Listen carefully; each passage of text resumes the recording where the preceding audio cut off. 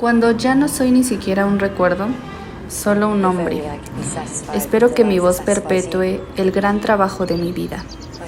Palabras grabadas en un fonógrafo de Thomas Alva Edison. Contemos la historia de una joven británica que cambió una acodada vida entre su familia por el trabajo duro ante los hospitales y que, apoyada de una gran pasión por la escritura, nos ha dejado un legado para la constitución del noble oficio de la enfermería. Florence sobresalió como escritora, matemática, epidemióloga, estadista clínica, maestra de enfermería y protectora de los derechos humanos, en especial de las mujeres. Su entrega al servicio del prójimo la marcó como un ser extraordinario de gran corazón, y empatía inspiró a Jean Henry Dunant para fundar la Cruz Roja Internacional. Podemos hacer una paradoja con su vida. Este ser humano de nacionalidad inglesa no nació precisamente en Inglaterra. Fue en Florencia, Italia, en 1820, quien escuchó sus primeros llantos. En 1822, la familia se mudó a Londres y su padre se interesó en que sus hijas tuvieran la mejor educación. Fueron instruidas en literatura, historia, filosofía, matemáticas, idiomas como inglés, italiano, latín y griego. Florence fue una niña precoz, no participaba en actividades femeninas tradicionales y prefería leer grandes filósofos. En aprendizaje cognitivo, aprendió a cuidar a familiares y fue lo que le produjo satisfacción personal y la motivó a estudiar enfermería. Renunciando a la riqueza y comodidades de su familia para convertirse en servidora de Dios en febrero de 1837, en su mansión de Inglaterra. Convenció a su familia de este desafío como enfermera, a pesar de que sus padres pensaban que no era lo correcto para una dama como ella. Florence Nightingale fue hija de un padre que apoyaba la educación de sus dos hijas y una madre centrada en el ámbito social, cuya preocupación se orientaba, como era de costumbre, en la búsqueda de un marido para su hija. ¿Sería impulso de espiritualidad, las agobiantes y pretenciosas charlas de su familia, o por un sentimiento de impotencia, que Florence tendría una revelación sobre el camino de su vida y una misión encomendada por Dios, la cual era dedicarse a la enfermería? En sus cartas de adolescente dice que Dios llamó a su servicio. Este es el primer indicio de lo que será más tarde una vocación. Por supuesto que aquello trajo controversia con los principios de su familia, al expresar sus deseos de alejarse de la tiranía de una buena familia inglesa para convertirse en una enfermera. Se encontró con una sólida oposición de sus padres, pues la enfermería se asociaba con mujeres de clase trabajadora. Sin embargo, afligidos y resignados, sus padres terminaron cediendo. Parte de su experiencia se debe a que visitó los hospitales de Londres, Dublín, Edimburgo, París, Roma y Berlín.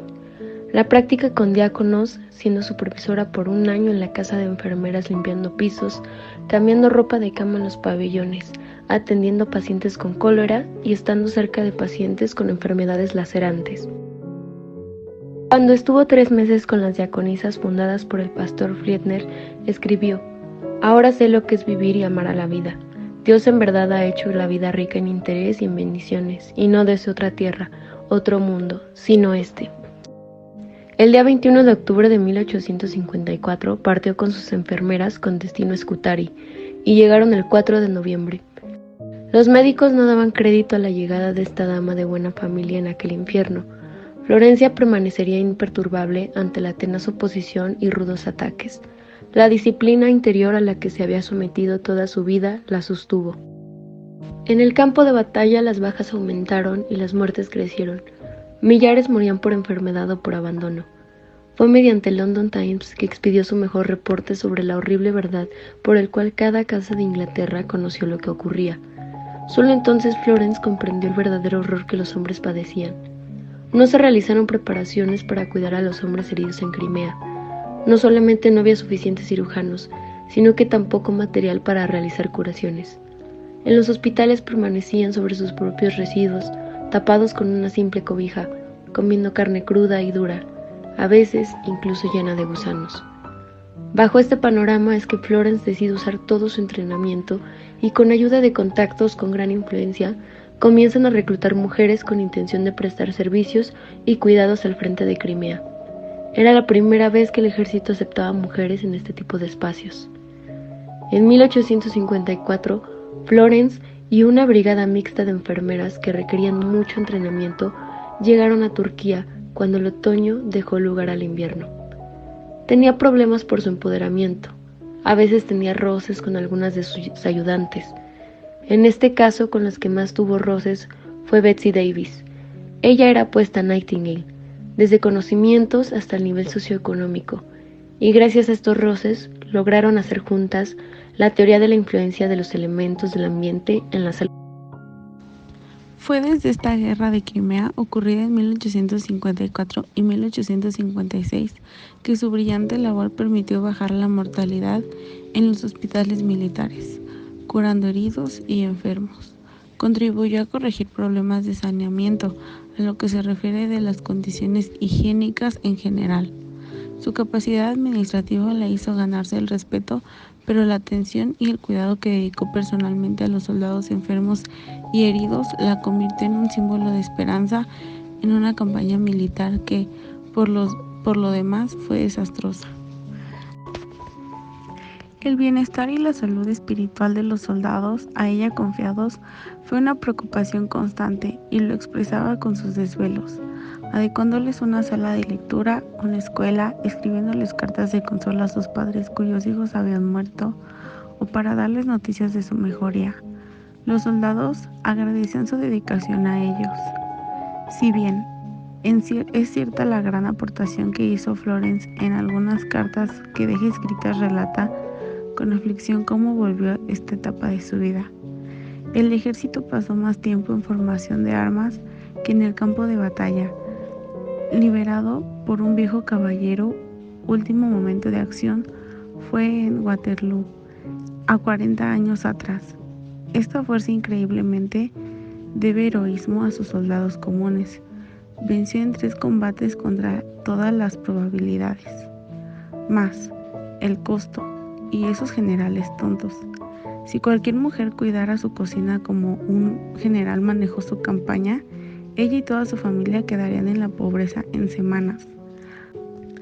Así fue que el ejército británico fue reducido a un régimen de esqueletos vivos, una cruz en la casa de muerte que era el hospital militar de Squarty, así como lo relata un diálogo en la película homónima dirigida por Norman Stone en 2008, basada en cartas y textos escritos por Florence. Durante este periodo, Florence escribe al señor Herbert, un viejo amigo con autoridad, en dichas cartas mencionadas, las condiciones en las que se encuentran los soldados, las negligencias de los encargados de abastecimiento, las labores que realizan guiando a la brigada de enfermeras, las condiciones que se preparan los alimentos, las herramientas que disponían para servir e ingerir comidas, la falta de ropa personal y de camas, el acúmulo de residuos humanos, la expansión de la fiebre y cólera, la ineficiencia de los cirujanos. Luego de este suceso, con su influencia y reconocimiento, logró que la corona accediera a realizar una comisión real para que la atención y condiciones de salubridad fueran prioritarias para los soldados. Más que un logro, el que la corona decidiera realizar dicha comisión fue un movimiento para complacer a Florence y así mantener fuera de la luz la verdad que el Times London ya había logrado descubrir solo por la superficie. Con ello, comienza a promover y a apoyar proyectos de formación y funda en Liverpool una escuela de enfermería, que tenía como objetivo ejercer la enfermería no solo en los hospitales, sino también en los domicilios de personas necesitadas, pudiéndose considerar esta la primera escuela de enfermeras visitadoras. Nightingale consideraba que una vez que la enfermera había aprendido a aprender, el proceso de formación debía continuar más allá de la escuela. Sus ideas al respecto eran asombrosamente vanguardistas. Sus contribuyentes a la evolución de la enfermería como profesión fueron inestimables. Gracias a sus esfuerzos, la enfermería pasó a ser considerada una profesión médica con un elevado grado de formación e importantes responsabilidades.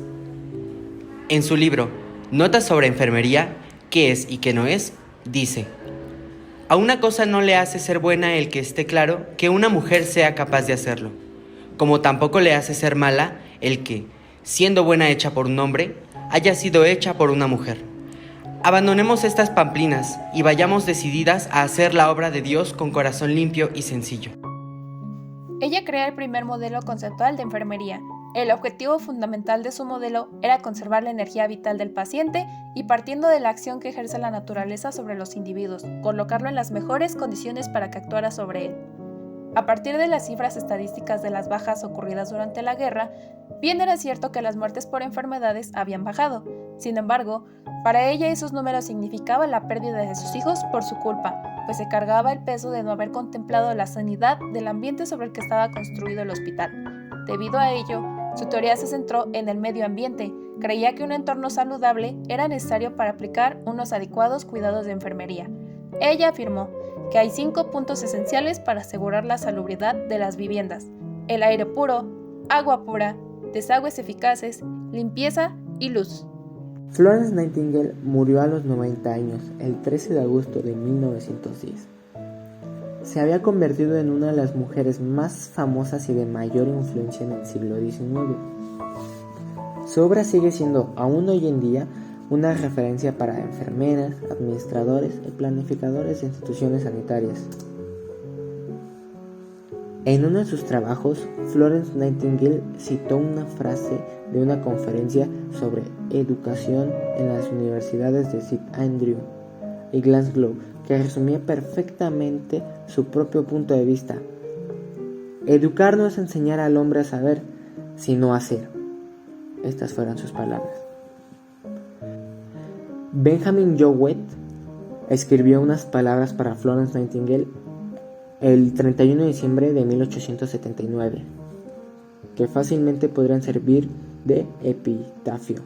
Estas palabras fueron: usted despertó sentimientos románticos en muchas personas hace 23 años, de regreso a Crimea, pero ahora trabaja en silencio y nadie sabe cuántas vidas salvan sus enfermeras en los hospitales, ni cuántos miles de soldados están vivos gracias a su previsión y su diligencia, ni cuántos indios de esta generación y de las generaciones venideras habrán sido preservados del hambre y de la opresión gracias a la energía de una dama enfermera que apenas puede levantarse de la cama.